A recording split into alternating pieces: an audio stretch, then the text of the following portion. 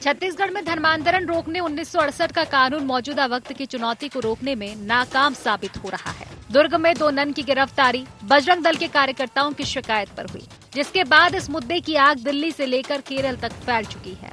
संसद में इसे लेकर जमकर हंगामा हुआ और बजरंग दल की कार्यप्रणाली पर सवाल खड़े हुए और अब छत्तीसगढ़ में भी विपक्षी नेताओं ने प्रदर्शन कर अपना विरोध दर्ज कराया है। प्रदेश भर में लगातार आ रहे धर्मांतरण के मामले पर गृह मंत्री विजय शर्मा ने धर्मांतरण रोकने जो भी संस्थाएं काम कर रही है उनको संयमित रहने की समझाइश दी है। इसके साथ ही ये भी कहा कि मामला अब न्यायालय में है, विपक्ष केवल हवा बनाने की कोशिश कर रहा है। इसके साथ ही विजय शर्मा ने कहा कि बीरनपुर की घटना पर ये सब क्यों नहीं आए थे। विपक्ष को सभी विषयों को समान रूप से उठाना चाहिए।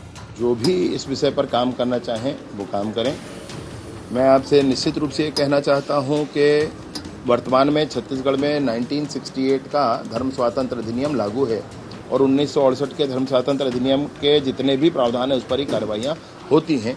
ये प्रावधान अभी आज की परिस्थितियों में पूर्ण पर्याप्त नहीं है और इसलिए अन्य प्रावधानों की आवश्यकता है। उस पर सरकार काम कर रही है। कानून के साथ हम सामने आएंगे। जो भी संस्था इस पर काम करती है संयमित रहें, बस मेरा इतना ही आग्रह है। सिर्फ बजरंग दल नहीं, दूसरी संस्थाओं को भी काम करना चाहिए। राजधानी में विपक्षी सांसदों और नेताओं ने प्रदर्शन किया और न्याय की मांग की। दरअसल धर्मांतरण को लेकर सरगुजा और बस्तर संभाग में जिस तरह कांग्रेस की सरकार के समय विवाद के मामले सामने आए थे, बीजेपी ने उसे मुद्दा बनाया था। लेकिन अब सत्ता परिवर्तन के बाद आरोप ये है कि धर्मांतरण अब शहरों तक पहुंच गया है। गृह मंत्री के बयान को कांग्रेस प्रदेश अध्यक्ष ने गैर जिम्मेदाराना बताया। उन्होंने सवाल किया कि क्या बजरंग दल और सहयोगी संगठन को छूट दे दी गई है और आपने उन्हें सर पे बिठा रखा है। तो वही केरल के सांसद का कहना है कि सिस्टर के साथ अन्याय हुआ है और हम उनके लिए लड़ाई लड़ रहे हैं। गृह मंत्री का इस तरह का बयान मैं समझता हूं गैर जिम्मेदाराना बयान है। छत्तीसगढ़ में कानून का राज है कि नहीं है?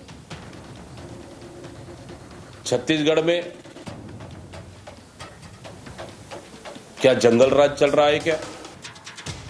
क्या छत्तीसगढ़ में बजरंग दल और उनके सहयोगी संगठनों को पूरी तरह से छूट दिया गया है? क्या ये कानून से ऊपर है? क्या ये संयम बरतने का मतलब क्या है? इसका मतलब है आप कहीं ना कहीं उनको सर में बिठा के रखे हो। जो सिस्टर्स के साथ हुआ है यहाँ, वो बिल्कुल इनजस्टिस है। वो हम डे 1 से यही कहते हैं, पार्लियामेंट के अंदर भी बाहर भी सब जगह पे ये इस इश्यू पे ऊपर हमने प्रोटेस्ट किया है, यहाँ भी कर रहे हैं। ये सिस्टर्स जो लाइफ डेडिकेट किया है सर्विस के लिए, पुअर को हेल्प करने के लिए, जो लेप्रेसी पेशेंट्स को ट्रीट करने के लिए, पैलिएटिव केयर देने के लिए, लेकिन उन लोगों पर इतना ह्यूमन ट्रैफिकिंग जैसा आरोप लगा है, वो सेक्शंस डाला है। This shows how upon the saying of Bajrang Dal the police has acted in that manner.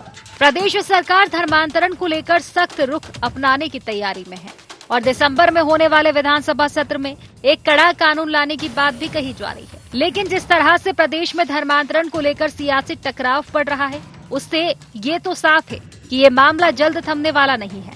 धर्मांतरण पर शुरू हुआ ये रार अब नीतियों और नारों से निकलकर चुनावी रणनीति का अहम हथियार बन चुका है। अब देखना ये होगा कि प्रदेश में धर्मांतरण की आग कब ठंडी होती है। रायपुर से अद्वैत नाइक की रिपोर्ट।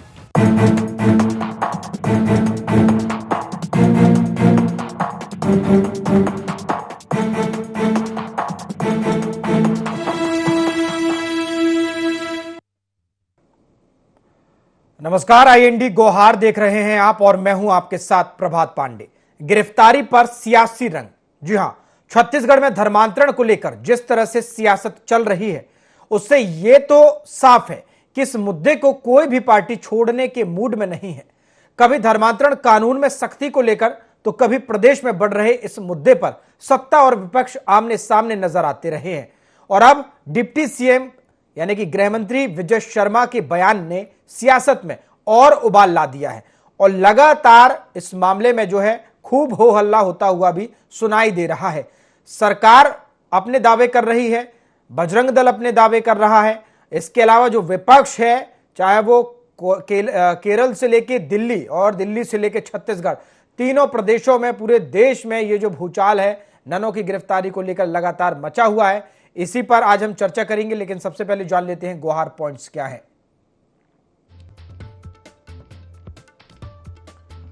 ननों की गिरफ्तारी पर क्यों नहीं थम रही सियासत? प्रदेश में विपक्ष के प्रदर्शन का कितना होगा असर? सामाजिक संगठनों को गृहमंत्री की नसीहत के क्या है मायने? क्या नया कानून बनने से प्रदेश में रुक जाएगा धर्मांतरण? तो देखिए, छत्तीसगढ़ में ननों की जब से गिरफ्तारी हुई है, इसके बाद से ही सियासी भूचाल आ गया है।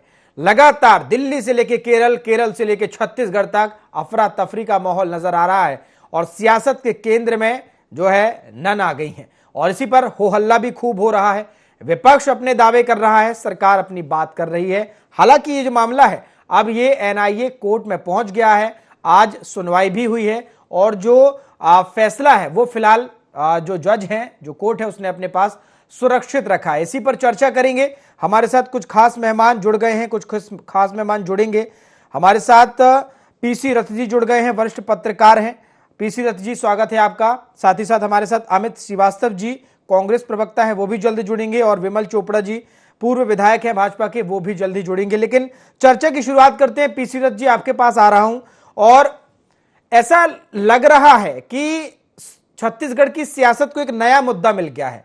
छत्तीसगढ़ में मुद्दों की कमी नहीं है सियासत के लिए, लेकिन जिस तरह से ननों की गिरफ्तारी हुई है, इस पर जो अब हो हल्ला मच रहा है, चाहे सरकार अपनी बात कह रही हो, चाहे विपक्ष अपनी बात कह रहा हो, मुझे सबसे पहले यह बताइए, ये मामला सिर्फ ननों की गिरफ्तारी का है या कुछ और भी है जो सामने नहीं है लेकिन है बहुत कुछ?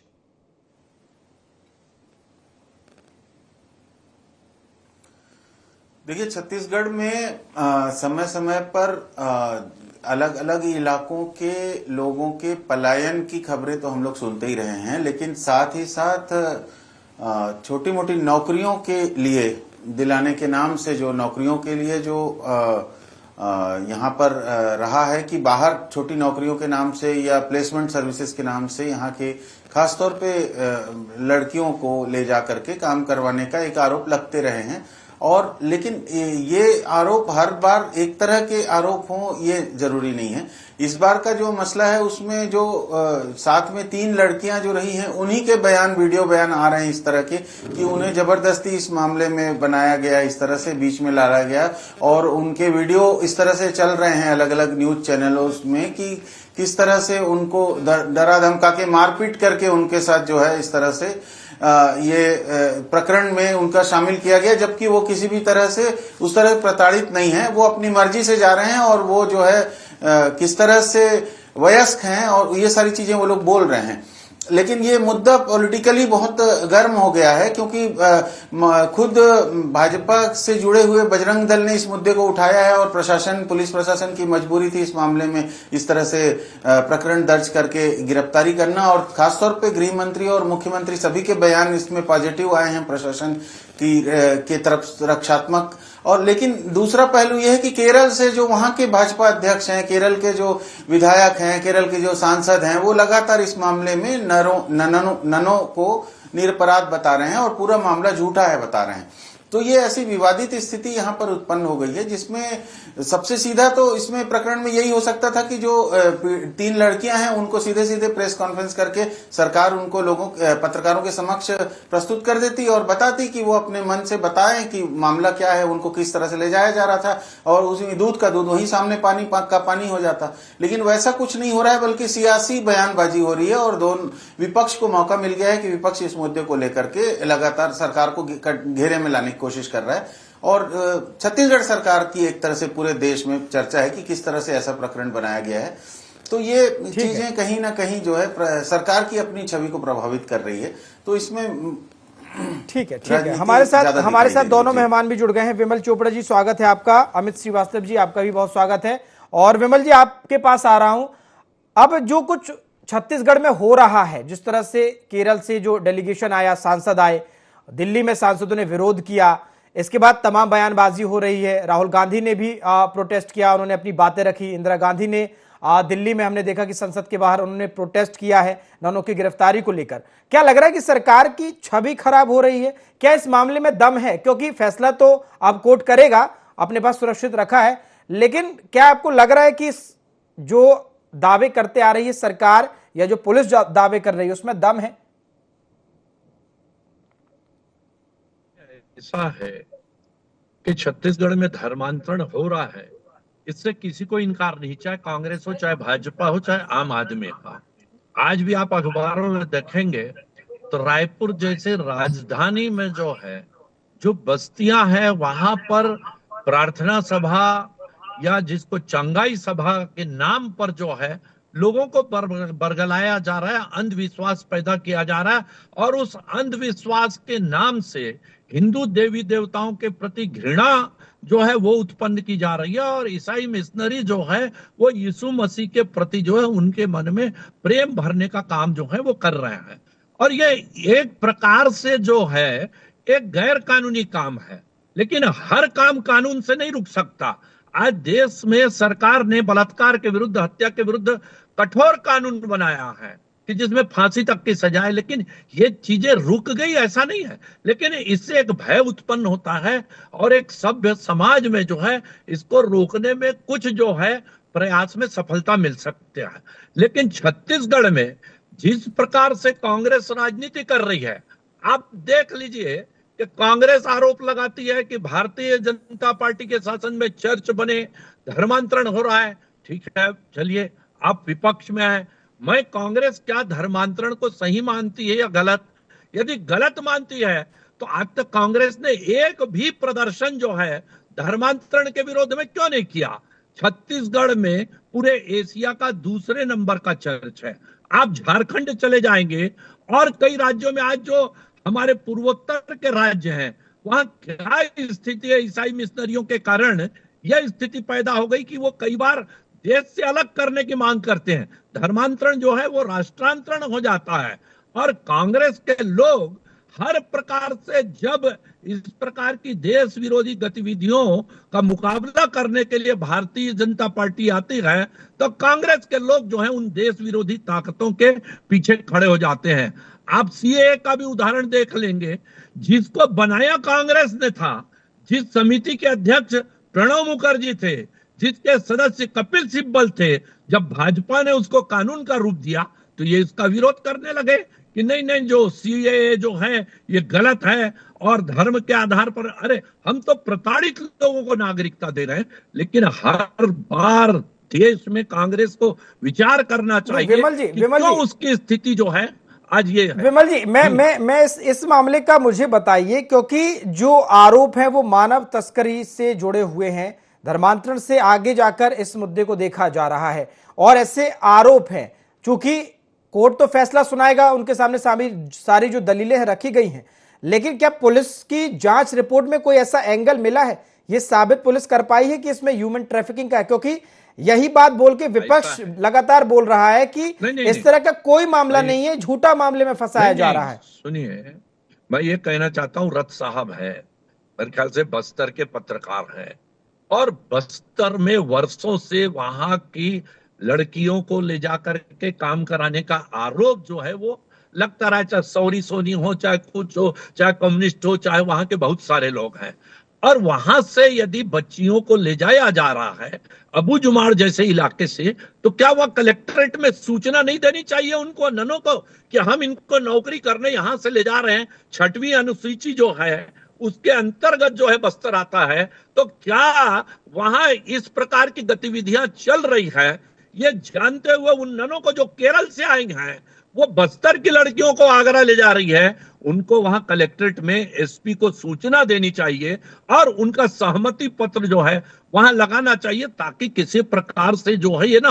और ये जो लड़कियां हैं, ये लगभग जो मैं जहां तक जान रहा हूं, इनको ले जाने वाले इसमें कई सारे लोग ईसाई धर्म को स्वीकार कर चुके, धर्मांतरित हो चुके हैं। ठीक है। अब वो वहां जा रहे हैं तो किस दबाव में, किस लालच में, ये तो जांच का विषय है। लेकिन बस्तर की जो स्थिति आज विस्फोटक हो रही है, इसके लिए जो है ये ईसाई मिशनरी बहुत हद तक दोषी है कि आज वहां सामाजिक तनाव हो रहा है। हमारे हिंदुओं के जो जिसको कहेंगे आप शमशान है, वहां ये ईसाई धर्म अमित के जी, अनुसार जो है वहां कार्रवाई करना चाहते हैं। ठीक है, मैं जवाब ले लेता हूं। अमित जी, एक तनाव पैदा, सवाल यही है, बीजेपी लगातार यही कह रही कि भाई जो धर्मांतरण है वो बस्तर की भी, छत्तीसगढ़ की भी उतनी बड़ी समस्या है, अब इसको खत्म करना है। जब ऐसे मामले आते हैं तो कार्रवाई की जाती है, कार्रवाई होती है तो कांग्रेस इस तरह से विरोध करती है। और इस ननो की गिरफ्तारी मामले में तो विरोध एक अलग ही जो लेवल पे है दिखाई दे रहा है। तो तमाम आरोप बीजेपी की तरफ से लगाए जा रहे हैं। आखिर फिर जो फैसला आना है या जो जांच सामने आनी है उसका इंतजार क्यों नहीं किया जा रहा है? क्यों इतना हो हल्ला मचाया जा रहा है? देखिए, लगातार जिस प्रकार का पूरे फैक्ट्स आए हैं, ये पूरी तरीके से एक फैब्रिकेटेड स्टोरी बनाई गई है और कहीं ना कहीं राजनीतिक एजेंडा है भाजपा का। अफवाह फैलाने की राजनीति, भ्रम फैलाने की राजनीति बीजेपी करती है और ये कोई इनका आज का चाल चरित्र और चेहरा नहीं है। मैं आपको बता दूं, ये धर्मांतरण का विषय है ही नहीं। ये बीजेपी के लोगों का जो कहते हैं ना दिमाग का भ्रमांतरण है। और लगातार मैं आपके माध्यम से यही चीज कहना चाहता हूं कि दबावपूर्ण जिस प्रकार से कार्रवाई की गई, और आपके माध्यम से एक और चीज मैं कहना चाहता हूं कि जिस प्रकार से यहाँ पर अल्पसंख्यक लोगों को जिस प्रकार से, जिसमें क्रिश्चियन भी आते हैं, मोमडन्स भी आते हैं, जैन भी आते हैं, लगातार हम देख रहे हैं कि कहीं ना कहीं उत्पीड़न की राजनीति और एक कहते हैं ना कि उनको परेशान करके, टारगेट करके परेशान किया जा रहा है। और मैंने आपको बता देता हूं कि आज न्यूज़पेपर, सारे न्यूज़पेपर मैं रख के यहाँ पर बैठा हूं और न्यूज़पेपर जिसपे हम लोग को बहुत ज्यादा विश्वास होता है, सारे अखबार में लेके बैठा हूं। और आपको बता दूं कि आदरणीय चोपड़ा भैया भी बैठे हैं, वो भी जरूर इस पेपर को पसंद करते हैं, मुझे पता है। मैं आपको पेपर दिखाना चाहता हूं, नवभारत, और नवभारत की ही न्यूज है। आप देखिए, यूडीएफ का दावा, शाह मतलब गृह मंत्री, देश के गृह मंत्री शाह का नैनो की रिहाई में मदद, ननो की रिहाई में मदद का वादा। और जब डेलीगेशन उनसे मिलने गया था तो उन्होंने, उनका जो डेलीगेशन गया था उनके हिसाब से, उनका स्टेटमेंट में 3 लाइन बस पढ़ूंगा। उन्होंने बताया कि राज्य सरकार को ननो की जमानत याचिका का विरोध नहीं करने के निर्देश दिए गए हैं और उन्होंने ये भी कहा कि 90% हमें उम्मीद है कि अब बहुत जल्दी उनकी रिहाई हो जाएगी। मतलब अगर सारी चीजें देश के गृह मंत्री जी को जब बताई गई तो उन्होंने छत्तीसगढ़ सरकार को निर्देशित किया है अकॉर्डिंग टू दैट डेलीगेशन, जिसमें सांसद लोग सारे गए थे। अब मैं आपके माध्यम से कहना चाहता हूं कि लगातार मैंने कहा ना, अगर कोई धर्मांतरण जबरदस्ती करवाता है उसके ऊपर सख्त से सख्त और कठोर से कठोर कानूनी कार्रवाई होनी चाहिए, कानून भी है। लेकिन अगर आपने जैसा कहा कि अभी चोपड़ा जी कह रहे थे कि लगातार धर्मांतरण हो रहा है, आप देश में, आपकी डबल इंजन की सरकार है साहब। आप जिस प्रकार से नोटबंदी करते हैं, आप जिस प्रकार से जबरदस्ती जीएसटी लगवा देते हैं, आप लगातार जो कानून लाते हैं, आप एक धर्मांतरण पर और सख्त कानून आप क्यों नहीं लाते कि लगातार जो अगर धर्मांतरण जो है, जो कर रहे हैं, जो करवाने की कोशिश भी कर रहे हैं, तो कहीं ना कहीं उनके हाथ कहां पे धर्मांतरण कराने से पहले दबावपूर्वक धर्मांतरण वो ना कराएं। लेकिन आपको मैं बता दूं कि लगातार एक और बात मैं कहना चाहता हूं कि इस देश के संविधान में अगर कोई व्यक्ति अगर रोजी रोटी के लिए भी कहीं अपनी इच्छा से बाहर जाता है तो ये उसको भी पकड़ लेते हैं और ये कहते हैं कि इनका धर्मांतरण कराया जा रहा है। इसी पर वो कह रहे हैं, विमल जी, तो चेक कर लीजिए अमित जी, इसी पर वो कह रहे हैं कि ठीक है, एक एडवांटेज अगर आपको दिया, आप जो कह रहे हैं अगर वो सही है तो, लेकिन ले जाने की कोई प्रोसीजर है, कोई प्रोटोकॉल है क्या, उससे फॉलो किया गया? वो कह रहे हैं कि कलेक्ट्रेट को सूचना दी गई, क्या लिखित में कोई कार्रवाई की गई? देखिए, मैं कोई भी आएगा सीधे आदिवासी जो बच्चियां हैं उन्हें नौकरी देने के नाम पर और व्यवसाय देने के नाम पर सीधे उन्हें ले जाएगा? देखिए, मैं चोपड़ा भैया की बात को मैं बड़ी शिद्दत और बड़ी गौर से सुनता हूं क्योंकि हमारे बड़े भाई हैं। लेकिन मैं आपको बता दूं कि जिस प्रकार से भीड़ न्याय किया गया, मॉब ट्रायल किया गया, और उसके बाद आपने कहा ना एक प्रोसीजर होता है, मैं आपको बता दूं कि अगर आप ले जा रहे हैं तो उनका भी स्टेटमेंट लेना पड़ेगा ना आपको कि हमें जबरदस्ती तो ले जा नहीं रहे, आपको जबरदस्ती ले जा रहे हैं क्या? आज मैं किसी बच्ची का स्टेटमेंट सुन रहा था, उन्होंने कहा नहीं हम तो काम के लिए जा रहे थे, रोजी रोटी के लिए जा रहे थे। तो आप जबरदस्ती एक माहौल नैरेटिव सेट करने का प्रयास करते हैं जो गलत है। मैं तो कह रहा हूं ना, अगर किसी विमल जी, बच्चियां कह रही हैं और एक बच्ची ने बयान भी दिया है, 3 में से एक युवती है वो ये कह रही है कि हम अपनी मर्जी से जा रहे थे, हमें जानकारी है कि हम आगरा जा रहे थे और 6 साल से वो ईसाई धर्म में हैं, वो उसे मान भी रही हैं, इसके बावजूद आखिर उस पक्ष को क्यों नहीं सुना जा रहा है? मुझसे पूछ रहे हैं आप? नहीं, विमल जी। बहुत सारे लोग यहाँ से रोजी रोटी के लिए जाते हैं, बहुत सारे ईंट भट्टे में लोग जाते हैं, उसकी एक प्रक्रिया है कि आपको कलेक्ट्रेट में आवेदन देना है, लिखाना है, आप क्या ले जा रहे हैं, तो आपके पास कोई लाइसेंस है, कहीं काम दिलाने ले जा रहे हैं, आप आगरा में रहते हैं, आप आगरा का एड्रेस लिखवाइए, यदि उनके साथ कुछ होता है तो कल किया जा सके। अब दूसरी बात, भाई श्रीवास्तव जी ने जो कहा कि गृह मंत्री ने कहा है, मैं अखबार पढ़ा हूं श्रीवास्तव जी, गृह मंत्री ने नहीं कहा, वहां एक सांसद ने बाहर आके कहा कि गृह मंत्री ने उनको आश्वासन दिया। ये गृह मंत्री जी का स्टेटमेंट नहीं है जो आप पढ़ रहे हैं। मैं बता रहा हूं कि कांग्रेस के लोग किस प्रकार से भ्रमित करते हैं। एक तरफ कहेंगे कि छत्तीसगढ़ में धर्मांतरण हो रहा है, धर्मांतरण के कारण बस्तर की स्थिति पिछले 5 सालों में कांग्रेस के शासन में जैसी बिगड़ी है, जो तनाव हुए हैं, और कांग्रेस। अरे विमल जी, लेकिन लगातार भूपेश बघेल भी और कांग्रेस पार्टी भी यही आरोप तो लगाते आई है, बल्कि वो आंकड़े दे रही है कि सबसे ज्यादा चर्च आपके राज्य में बने हैं, छत्तीसगढ़ में शासन भी आपने सबसे ज्यादा किया है। पिछली बार की कांग्रेस की सरकार को छोड़ दिया जाए तो एक लंबा शासन बीजेपी ने किया है, उसके बाद भी धर्मांतरण कहां रुक रहा है? आप लोग लगातार विरोध करते आ रहे हैं। 1965 के कानून की बात कर रहे हैं, अगर 1965 का कानून धर्मांतरण को रोकने के लिए सक्षम नहीं है तो आज तो छत्तीसगढ़ में आपकी सरकार को 2 साल हो गए ना, क्यों नहीं? कितने सत्र बीत गए विधानसभा के, आखिर क्यों नहीं ठोस जो है धर्मांतरण का बिल आया है? 1 मिनट, मैं ये कह रहा हूं, धर्मांतरण का बिल रमन सिंह जी की सरकार में आया था कठोर, लेकिन कानून हर चीज, हर समस्या का हल नहीं है, उसके लिए समाज का जागरण और समाज के आंदोलन। यदि धर्मांतरण गलत है और कांग्रेस का यह आरोप है कि चर्च भाजपा के राज में बने धर्मांतरण हुआ, तो आज तक बताइए कांग्रेस ने एक प्रदर्शन किया क्या? क्योंकि पीछे से धर्मांतरण के यही है, एक तरफ बोलेंगे धर्मांतरण हो रहा है और धर्मांतरण को बढ़ावा देने वाले यही लोग हैं। आज तक एक आंदोलन, एक धरना, एक प्रदर्शन कांग्रेस ने भाजपा के विरुद्ध। विजय जी आप अपना काम तो कर दीजिए, सामाजिक जागरूकता समय के साथ तो चलती रहेगी, आप अपना काम तो कर दीजिए। जब विजय जो शर्मा है गृह मंत्री, वो कह रहे हैं कि 1965 का कानून काफी नहीं है, जब आप लोग इस बात को स्वीकार कर रहे हैं तो आखिर फिर कानून क्यों नहीं समय पे लाया जा रहा? उसको आप लागू करिए, उसमें जो प्रावधान करने हैं वो करिए और उसको सुचारू रूप से उसका उपयोग किया जाए कानून व्यवस्था के नाम पर। आप अपना काम तो कर दीजिए, फिर सामाजिक जागरूकता भी होगी। 1965 का जो कानून बना, रविशंकर जी के समय बना, वो भी राष्ट्रीय स्वयंसेवक संघ के प्रयास से बना, उसके अनुरोध से बना। जब जशपुर तरफ जो वो गए, उनको ले जाया गया और बताया गया कि धर्म, तब उन्होंने, और उसके बाद रमन सिंह जी की सरकार में उससे और कठोर कानून जो है वो बना। लेकिन अब भाजपा कह रही है कि और कठोर कानून जो है यदि इससे नहीं रुक रहा है तो हम ये दिसंबर के सत्र में लाने वाले हैं। और भारतीय जनता पार्टी धर्मांतरण के विरोध में है। यदि कांग्रेस धर्मांतरण के विरोध में है तो पूरे देश में आंदोलन करे और गरीब लोगों को धर्मांतरण करते हैं। पीसीरथ जी मैं आपके पास आ रहा हूं। ठीक है विमल जी, चूंकि वक्त की कमी है। पीसीरथ जी 2 सवाल है। पहला कि क्या आपको इसमें कहीं ह्यूमन ट्रैफिकिंग का मामला नजर आ रहा है? क्योंकि सारा विवाद इसी पर हो रहा है, धर्मांतरण तो समस्या ही है, ये बात अब पुलिस कह रही है कि ह्यूमन ट्रैफिकिंग का है।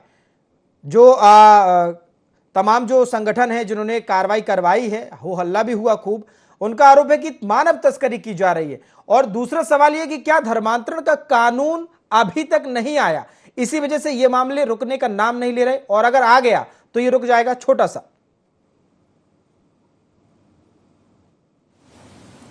जी, इसमें 2 चीजें हैं। एक तो ये कि इसके पहले भी इस तरह से छत्तीसगढ़ से लोग अलग अलग हिस्से में देश के जाते रहे हैं काम करने के लिए, और निश्चित रूप से जो कानून है, जो अलग जगह पे मजदूरों को ले जाने वाला कानून जो है, उसका पालन नहीं होता रहा है छत्तीसगढ़ में कभी भी। और उसको लेकर के जो एक बाकायदा सिस्टम है, श्रम विभाग की सक्रियता जिस तरह से होनी चाहिए, वो चीजें नहीं हुई हैं कभी।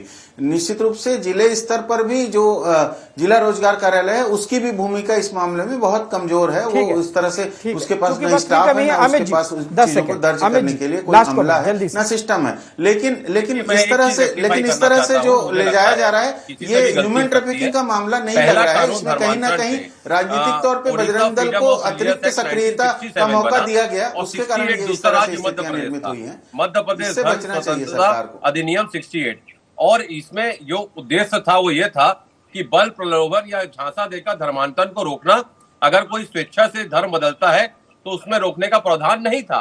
लेकिन मैं फिर कहना चाहता हूं कि आप मुद्दों को भटका रहे हैं, और अगर किसी ने गलत किया है उसके ऊपर आप सबसे सख्त और कठोर से कठोर कार्रवाई करिए। ठीक है क्योंकि इस लेकिन मामले में भावनाओं का लगातार खेल सियासत बंद हो रही करिए। है। आप अपनी बात कह रहे हैं, जो सरकार है वो अपनी बात कह रही है। देखना होगा कि जो जज है, जो कोर्ट है, वो क्या फैसला सुनाता है, क्योंकि ये जब इस पर फैसला सुनाया जाएगा तभी स्पष्ट होगा कि आखिर इसमें सच्चाई क्या है। फिलहाल वक्त की कमी है, चर्चा को यही समाप्त करना होगा। आप तीनों मेहमानों का जुड़ने के लिए शुक्रिया।